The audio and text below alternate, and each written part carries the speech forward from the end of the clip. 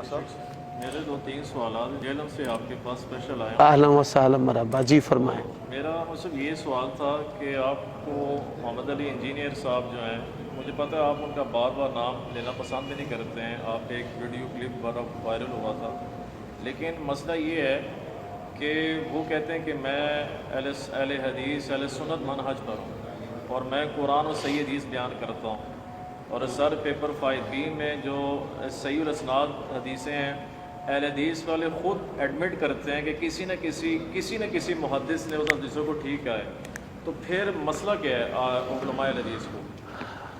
محترم عماد الدین صاحب، میں اس شخصیت کا نام لیے بغیر دو باتیں یہاں پر عرض کرتا ہوں۔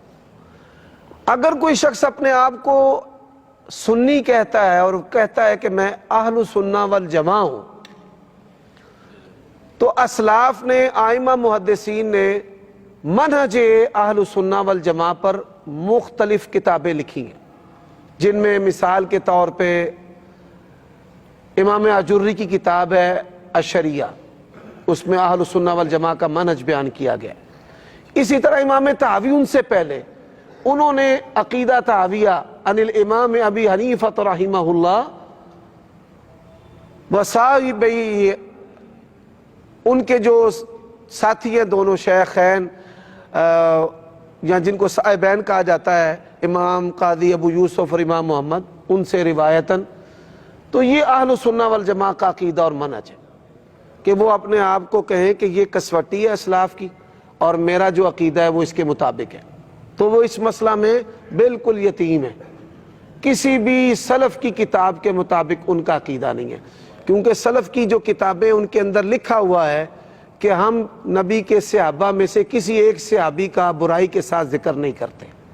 جیسے کہ امام طحاوی رحمہ اللہ نے لکھا ہے۔ پہلی بات۔ دوسری بات یہ ہے کہ اہل تشیع کے مقابلہ میں سنی اہل سنہ والجماع اسے کہا جاتا ہے جو خلافت راشدہ علی ترتیب ہی کا قائل ہو، کہ وہ کہے کہ فضیلت میں بھی اور ترتیب خلافت میں ابو بکر کا پہلا درجہ ہے، پھر عمر، پھر عثمان، پھر علی، تو ایسے کوئی واضح اور کلیئر کٹ بات ان کی ہمیں نہیں ملتی۔ تیسری جو بات ہے، صحیح الاسناد جو روایات ہیں، اگر تو آپ ان کو محدثین کی ترتیب پر جمع کریں، محدثین کی ترتیب پر، پھر تو بھائی 100/100 ہے، لیکن اگر انسان آیات اور احادیث کو اپنے ذہن کے ساتھ جمع کرے اور شور مچائے کہ صحیح ہے، بھائی ہے صحیح ہے لیکن تمہارا طریقہ واردات جو ہے وہ غلط ہے، بات کی سمجھ ہے؟ اب مثال میں اس کی دیتا ہوں کہ کوئی کافر جو ہے وہ قرآن مجید پر اعتراض کرے کہ نعوذ باللہ قرآن مجید کے اندر گالیاں ہیں، کھوتا، کتا، حرامدہ، اور وہ اپنے ذہن کے مطابق ان کو جمع کر دے۔ ہم کہتے ہیں کہ یہ الفاظ قرآن میں ہیں لیکن ترتیب اس کافر کی اپنی ہے، یہ روایتیں صحیح سندوں سے ہیں لیکن ترتیب بدبخت کی اپنی ہے، محدثین کی ترتیب رکھے نا۔ مثال کے طور پہ 22-28 روایت ہے، بڑا شور مچاتا ہے کہ ایک باغی گروہ تجھے قتل کرے گا، 28-12، جی ایک باغی گروہ تجھے قتل کرے گا اور آپ ان کو جنت کی طرف بلائیں گے اور وہ آپ کو جہنم کی طرف بلائیں گے، یہ روایت پڑھتا ہے اور بڑا شور مچاتا ہے۔ اس پر میں 3 باتیں کرتا ہوں کہ بھائی یہ روایت تو صحیح ہے، لیکن کیا آپ کے پاس ترتیب جو ہے وہ امام بخاری والی ہے؟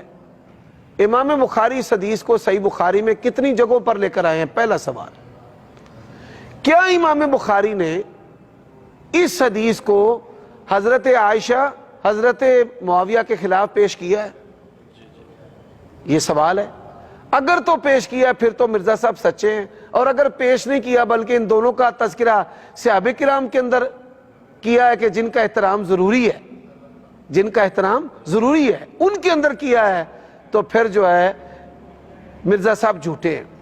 تیسری بات ہے، اس حدیث کے راوی کون سے ہیں؟ صحابہ میں سے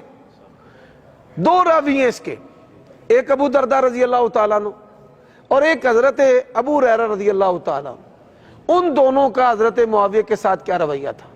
اگر تو احترام والا رویہ ہے، دونوں نے بیعت کی ہوئی ہے، تو پھر مرزا صاحب جھوٹے ہیں، اور اگر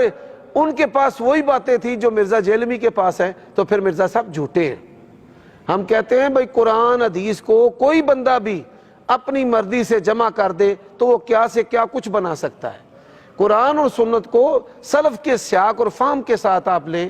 تو یہ ساری چیزیں خود بخود دم توڑ جائیں گی.